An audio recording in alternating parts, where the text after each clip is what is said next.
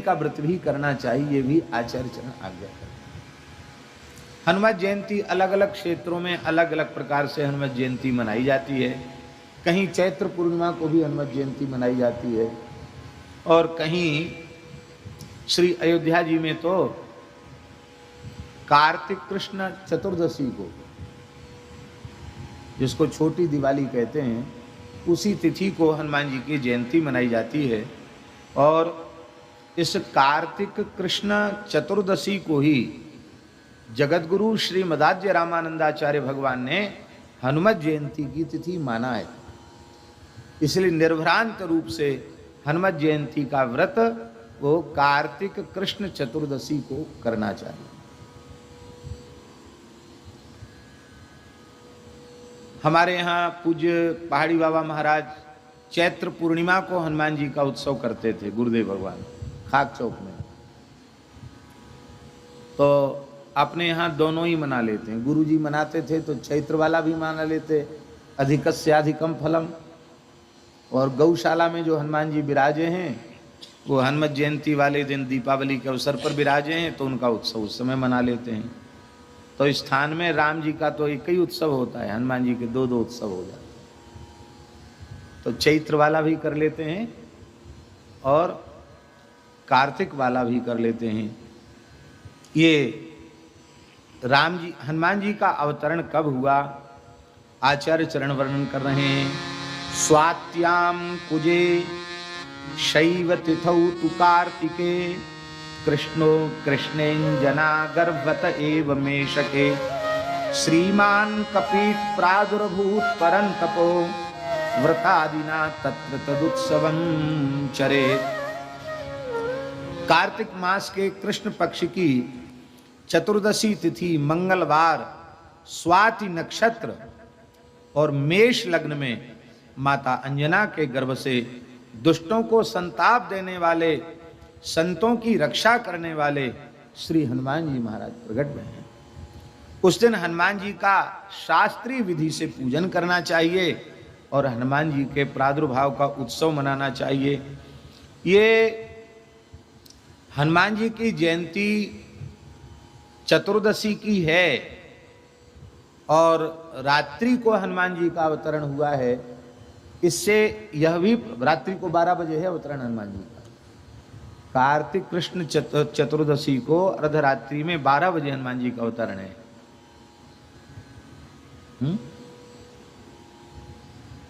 और इसीलिए पूज्य बक्सर वाले महाराज जी ने लिखा, जन्मते जगी जठर की ज्वाल गगन में मारी एक उछाल ग्रसे रवि बाल जान फल लाल आपकी जय हो जय हो जय हो। अंजनी पुत्र पवन सुत वीर आपकी जय हो जय हो जय। इसकी संगति भी बैठ जाती है। हनुमान जी को जन्म से ही भूख लगी, रात्रि को 12 बजे तो प्रकट हुए थे और सवेरे सूर्योदय हुआ और उस दिन ग्रहण भी था। तो हनुमान जी ये लाल लाल फल है ऐसा मानकर वो तो जन्म सिद्ध हैं। संकल्प किया, संकल्प करते ही सूर्यमंडल के निकट पहुंच गए।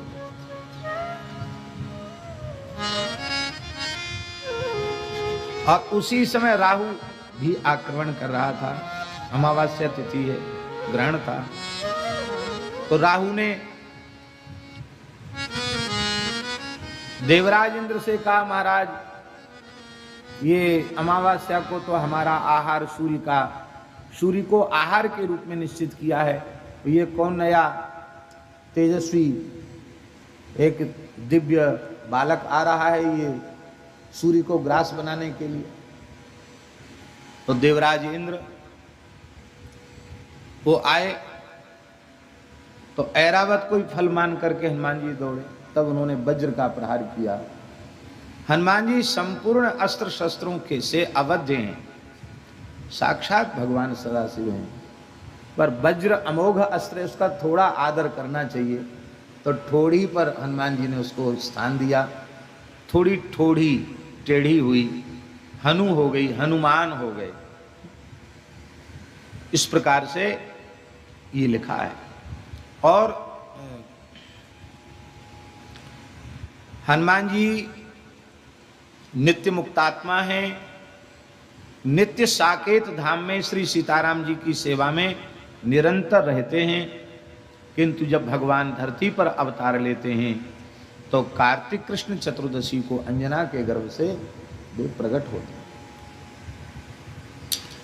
शिव पुराण में शिव जी के जो 88 अवतार हैं, उन अवतारों में श्री हनुमान जी को शिवावतार कहा गया।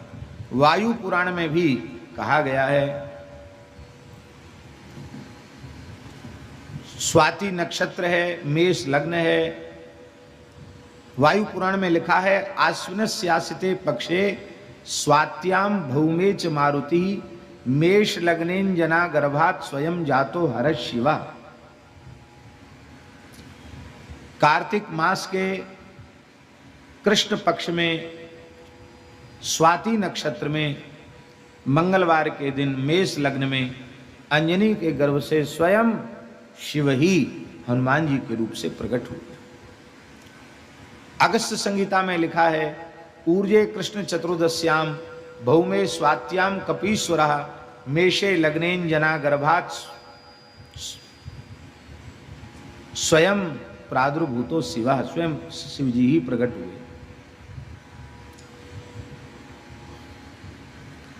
आनंद रामायण के अनुसार वो जो भविष्य प्रकट हुआ था चरु, उस चरु को चील लेकर के उड़ गई थी और अंजना जी तपस्या कर रही थी। उनके आंचल में उस दोने को गिरा दिया और आकाशवाणी की आज्ञा से अंजना जी ने उसे ग्रहण कर लिया। तो चैत्र पूर्णिमा को हनुमान जी का अवतरण हुआ, ऐसा आनंद रामायण में लिखा है। तो कल्प भेद से वो भी ठीक है। महाचैत्री पूर्णिमायाम समुत्पन्नोंजनी सुतः वदंती कल्प भेदेन बुधा इत्यपि केचन। ये कल्प भेद से, ये बात स्वयं आनंद रामायण में लिखी है, दोनों ही प्रचलित हैं। इस बार ललितपुर में सतुआ बाबा के समायोजकत्व में श्री मुरारी बापू जी की राम कथा हो रही थी। हम भी 2 घंटे के लिए एक दिन गए थे। वहां एक बात हमें श्री मुरारी बापू जी की बहुत अच्छी लगी, उस बात को हम निवेदन करना चाहते हैं। उन्होंने कहा कि देखो,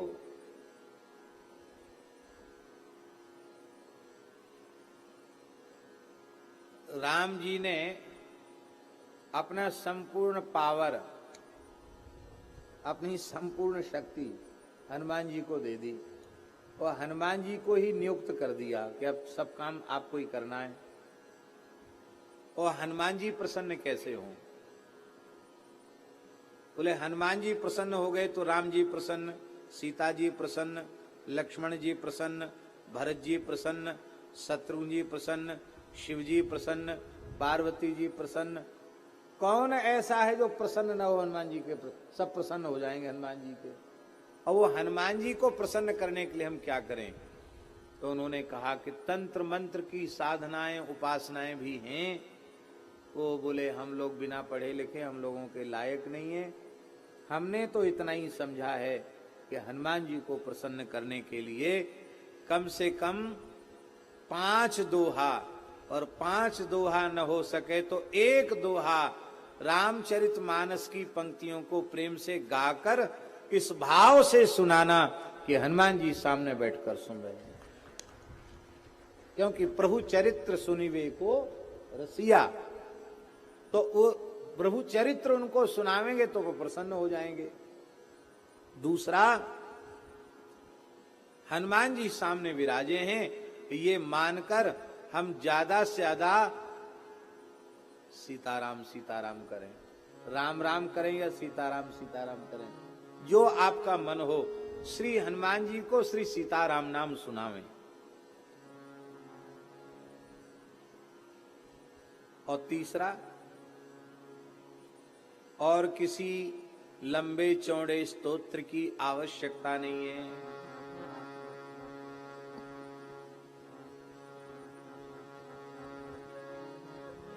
बोले हनुमान जी की स्तुति सबसे बढ़िया, तुलसीदास जी कृत स्तुति।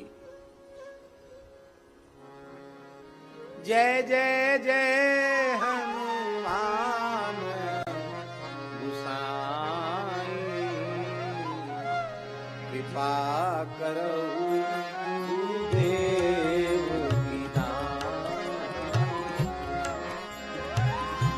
जय जय जय हनुमान गोसाई, कृपा करहु गुरुदेव की नाई।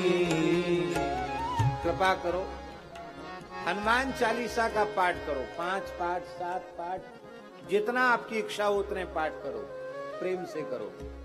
तो मानस जी का पाठ, हनुमान चालीसा का पाठ और सीताराम सीताराम। और एक बात उन्होंने और कही, मान लो कोई ये कहे कि हम तो बिल्कुल निरक्षर भट्टाचार्य हैं, हमको ना हनुमान चालीसा आता है ना मानस जी आती, वो कोई चिंता की बात नहीं, केवल राम राम करो। वो हनुमान जी सुन रहे हैं, हनुमान जी राजी हो रहे हैं, बस ये चिंतन करो, ध्यान करो, इतने से भी बात बन जाएगी। इस तरह के आशय की बात उन्होंने कही थी। उनके कहने का तरीका अपने ढंग का है, हमने उन्हीं के भावों को अपने ढंग से व्यक्त किया है। बहुत अच्छी बात लगी। वाल्मीकि रामायण का एक प्रसंग, राम रावण युद्ध हो रहा था और उस युद्ध में रावण जब द्वंद्व युद्ध करने आया तो बानरों में विषाद छा गया। रावण विशालकाय रथ पर चढ़ा हुआ है, राम जी पैदल सैनिक की तरह जमीन पर खड़े हुए हैं, कैसे युद्ध होगा। तो बानरों को उदास देखकर श्री हनुमान जी ने रघुनाथ जी को प्रणाम किया। और वहां वाल्मीकि रामायण लंका कांड में, युद्ध कांड में वर्णन है, वहां हनुमान जी ने कहा, जैसे बैन तेय गरुड़ जी महाराज भगवान नारायण का वाहन है, ऐसे ही मैं आपका वाहन हूं। क्या कहा हनुमान जी ने? जैसे गरुड़ जी भगवान के वाहन है, नारायण भगवान के वाहन है, ऐसे ही मैं आपका वाहन हूं। तो आप इन बानरों को प्रसन्नता प्रदान करने के लिए मेरा उपयोग कीजिए, आप मेरे कंधे पर विराजिए और इस रावण से युद्ध कीजिए। तो राम जी ने हनुमान जी के इस प्रस्ताव को स्वीकार कर लिया। राम जी हनुमान जी के कंधे पर विराज गए, ऐसे चरण लटका के, और ऐसे चरण लटका करके हनुमान जी विराज गए। और अब देखो विलक्षण बात, हनुमान जी की भावना कैसी अद्भुत है। अब राम जी के, रघुनाथ जी के चरण लटके हैं तो स्वाभाविक हनुमान जी के वक्षस्थल को बार बार राम जी के चरणों का स्पर्श हो रहा है, कुछ करना नहीं पड़ रहा है, स्वाभाविक वक्षस्थल को स्पर्श हो रहा है। और हनुमान जी जैसे कोई कृपण धन को बटोरे, ऐसे हनुमान जी चरणों को ऐसे दबा लेते हैं। क्यों? इसलिए दबा लेते हैं कि अस्त्र शस्त्र राम जी के चरणों में लग न जाएं, इसलिए उनके वज्रतुल्य श्रीअंग का स्पर्श करके रावण की प्रत्यंचा से छोड़े हुए बाण भोथरे होकर के टेढ़े मेढ़े होकर नीचे गिर जाते हैं, राम जी के चरणों तक चोट नहीं पहुंचती है। वह हनुमान जी का पूरा सौभाग्य हो रहा है, हनुमान जी की भुजाएं रघुनाथ जी के चरणों का कवच बने हुए हैं। अच्छा, बीच बीच में रघुनाथ जी अपना हाथ भी हनुमान जी के सिर पर रखते हैं। तो देखो, कहाँ तो एक बार हाथ रखा था, प्रभु कर पंकज कब के सीसा, सुमिर सुदसन मगन दसासो मगन गौरी सा। और आज तो बार बार सरकार का कभी दाहिना हाथ कभी बायां कर कमल बार बार सिर पर पड़ रहा, कभी कभी दोनों हाथ भी रख देते हैं। हनुमान जी बड़े प्रसन्न, सरकार युद्ध कर रहे हैं। रावण ने जब देखा, अब हनुमान जी इतने विशाल स्वरूप में हैं स्वर्ण शैल संकाश कोटि रवि तरुण तेज घन। ऐसे लगता माने स्वर्ण का पहाड़ हो, हेम शैलाभ दे हम। अब रावण तो रथ पे बैठ के अपनी शान बघार रहा था कि मैं इतने ऊंचे रथ पे बैठा हूं, और रावण तो नीचे हो गया, हनुमान जी ऊपर हो गए। रावण ने करे, इसने तो हमारी बड़ी बेइज्जती करी। सबसे खतरनाक बानर यही है।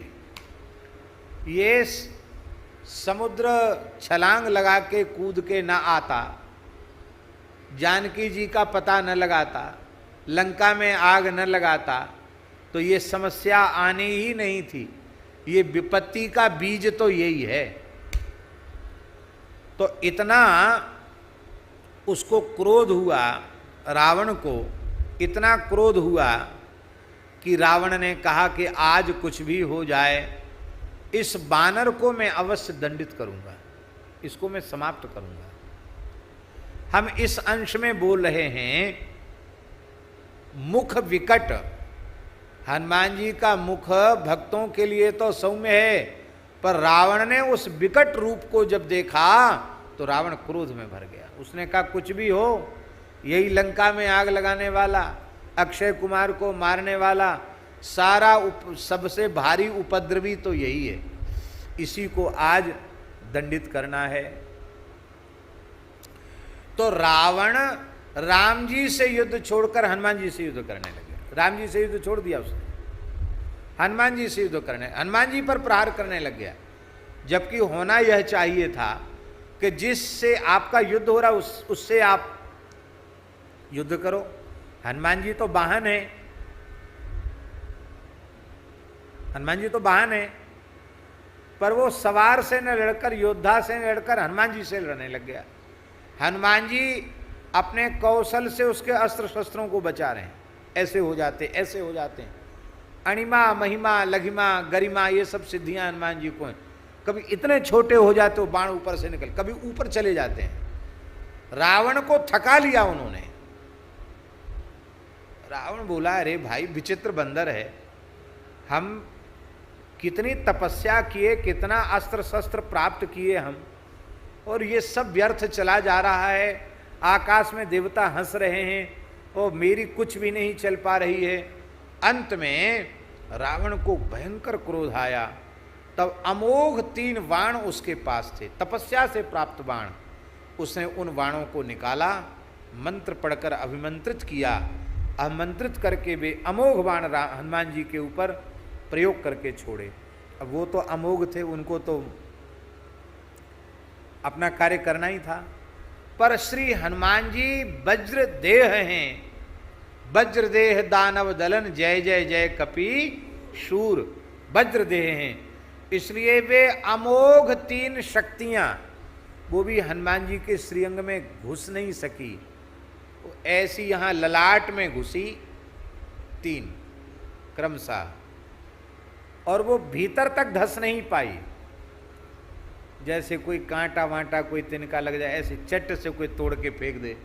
हनुमान जी ने बाएं हाथ से ऐसे निकाला उनको कांटे जैसा, ये हाथ से ऐसे तोड़ के उनको ऐसे फेंक दिया।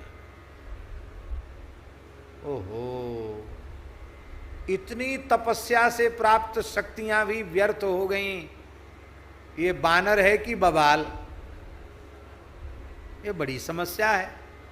लोग कई बार कह देते हैं बाबा है कि बवाल, तो बाबा है कि बवाल तो पता नहीं, पर यहाँ बानर के बारे में, हनुमान जी के बारे में रावण को ऐसा हुआ कि बानर है कि बवाल है, कुछ भी हमारी दाल गल नहीं रही है। ये तो रावण ने सोचा। अब हनुमान जी के ललाट से जब वे 3 बाण निकल गए, अब वो बाण के निकलने से छिद्र हो गया, घाव हो गया था, तो वो तीनों रक्त के झरने झरने लगे। ललाट से रक्त की धाराएं बहने लगीं, और उस रक्त से रघुनाथ जी के चरणों का अभिषेक होने लग गया। वो रक्त जो है रघुनाथ जी के चरणों पर गिरा।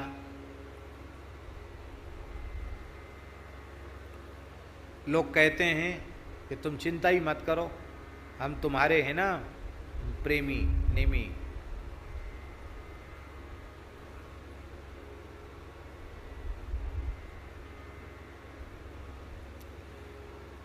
तुम्हारा जहां पसीना गिरेगा वहां हमारा खून गिरेगा। लोग कहते हैं ना, कहते हैं ना, जहां तुम्हारा पसीना गिरेगा चिंता ही मत करो, हमें तुम्हारे वहां हमारा खून गिरेगा।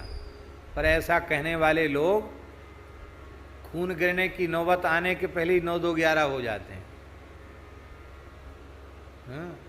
वो उल्टा ही बोलते हैं, वो कहते हैं जहां तुम्हारा खून गिरेगा वहां हमारा पसीना भी नहीं गिरेगा, ऐसे होते हैं वो लोग।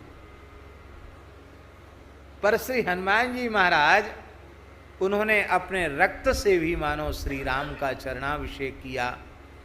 पर जैसे ही रक्त का स्पर्श हुआ, हनुमान जी के ललाट से रक्त बहते हुए देखकर रघुनाथ जी ने अपना अमृतस्रावी करकमल, जिस करकमल से अमृत झरता रहता है, ऐसा करकमल जिससे सुग्रीव को छुआ था तो सुग्रीव की सारी पीड़ा चली गई, ऐसे उस करकमल से हनुमान जी के मस्तक पर जैसे रघुनाथ जी ने अपना दाहिना करकमल फिराया, महाराज जी घाव भी नहीं रहा, घाव का चिन्ह भी नहीं रहा। हनुमान जी तत्काल नीरुज हो गए। लेकिन राम जी ने कहा, ये तो हनुमान जी को दंड देना चाहता, अब मैं इसको दंड दूंगा। बड़ा बढ़िया प्रकरण है युद्धकांड में, वाल्मीकि रामायण में, उस ग्रंथ से उस प्रकरण को देखना चाहिए, इतना अद्भुत प्रकरण है।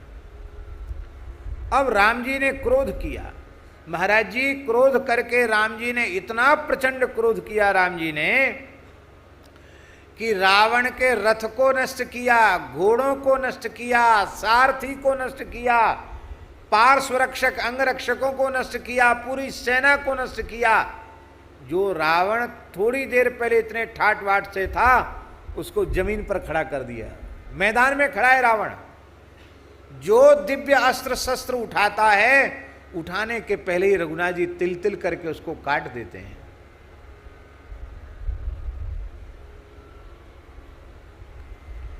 ऐसी दशा में रावण को राम जी ने पहुंचा दिया कि रावण को लगा कि अब हमारा प्राणांत है, अब हम बचने वाले नहीं। उसको निश्चित हो गया, मैं अब बचूंगा नहीं। रावण ने अपने भीतर से पक्का कर लिया कि मैं मर ही जाऊंगा, अब नहीं छोड़ेंगे। पर मन ही मन रावण विचार करने लग गया कि मारीच जो मेरा मामा लगता था, उस मारीच ने कहा था, एष विग्रहवान रामो विग्रहवान धर्मः, ये मारीच के शब्द हैं। मारीच ने कहा था राम जी मूर्तिमान धर्म हैं, तो मुझे तो धर्म कहीं दिखाई नहीं पड़ता। मेरा कवच छिन्न भिन्न हो गया, मेरे अस्त्र शस्त्र समाप्त हो गए, मेरे धनुष की प्रत्यंचा टूट गई, तर्कस समाप्त हो गया, मैं निहत्था हो गया, मेरा कोई सहयोगी भी नहीं बचा, और मुझ निहत्थे के ऊपर राम जी प्रहार करते चले जा रहे हैं। ये तो धर्मशीलता नहीं है। भले अपना शत्रु ही क्यों ना हो, इस अवस्था में पहुंच जाए तो धर्म की दृष्टि कहती है कि उसको तुम लड़ने का अवसर दो। भाई तुम दूसरा कवच धारण करो, द्वारा अस्त्र शस्त्र उठाओ, फिर लड़ो। ये तो धर्म युद्ध हुआ, और ये तो प्रत्यक्ष धर्म है। तो धर्म विग्रह श्री राम के द्वारा अधर्म क्यों हो रहा है? रावण के मन में ये बात आई।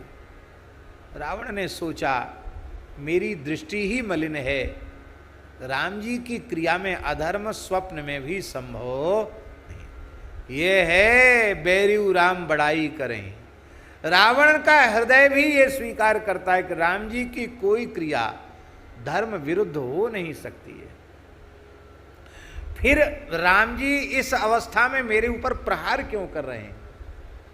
तो रावण की समझ में आ गया कि टूटे हुए धनुष के टुकड़े से मैं आत्मरक्षा कर रहा हूं। धनुष तो काट दिया था राम जी ने, उसका वो टूटा हुआ टुकड़ा था, उसी को रावण ऐसे ऐसे घुमाकर अपने को बचा रहा था। उसकी समझ में आ गया कि जब तक जीव कुछ भी अपनी रक्षा का प्रयास करता है, तब तक सरकार कृपा नहीं करते हैं। इसलिए मुझे ये भी अस्त्र है ना, अस्त्र किसको कहेंगे? युद्ध में आपकी रक्षा के जो काम आवे वो अस्त्र। तो भले ही टूटा धनुष है, पर इससे हम अपनी रक्षा तो कर रहे हैं कि नहीं। तो हमारी सुरक्षा करने वाला ये उपकरण भले ही टूटा हुआ धनुष है, इसके कारण राम जी मेरे ऊपर अभी राम जी मुझे निहत्था नहीं मान रहे। इस टुकड़े को भी जब मैं फेंक दूंगा तब निहत्था माना जाऊंगा। तो वाल्मीकि महर्षि कहते हैं मुमोच वीरा, उस वीर रावण ने मुमोच, उस टूटे हुए धनुष के टुकड़े को अपने हाथ से फेंक दिया।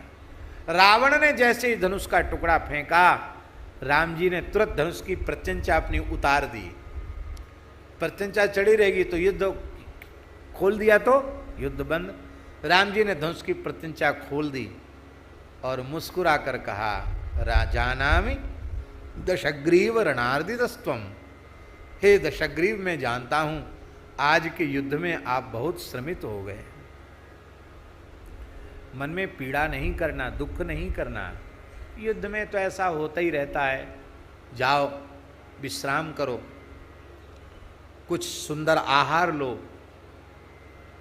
वैद्यों से चिकित्सा लो, और यदि कल आपका उत्साह रहे तो दशरथ नंदन राम रणांगण में आपके स्वागत को समुत्सुक है। रावण पर तो लाखों घड़ा पानी पड़ गया। हाय हाय, मैं तो ठीक से नाम तक नहीं लेता हूँ, शत्रु के साथ भी इतनी मीठी वाणी का प्रयोग करते हैं। आहा, ऐसे हैं हमारे रघुनाथ जी। बोलना तो कोई सीखे तो हमारे राम जी से सीखे, कैसे बोला जाता है।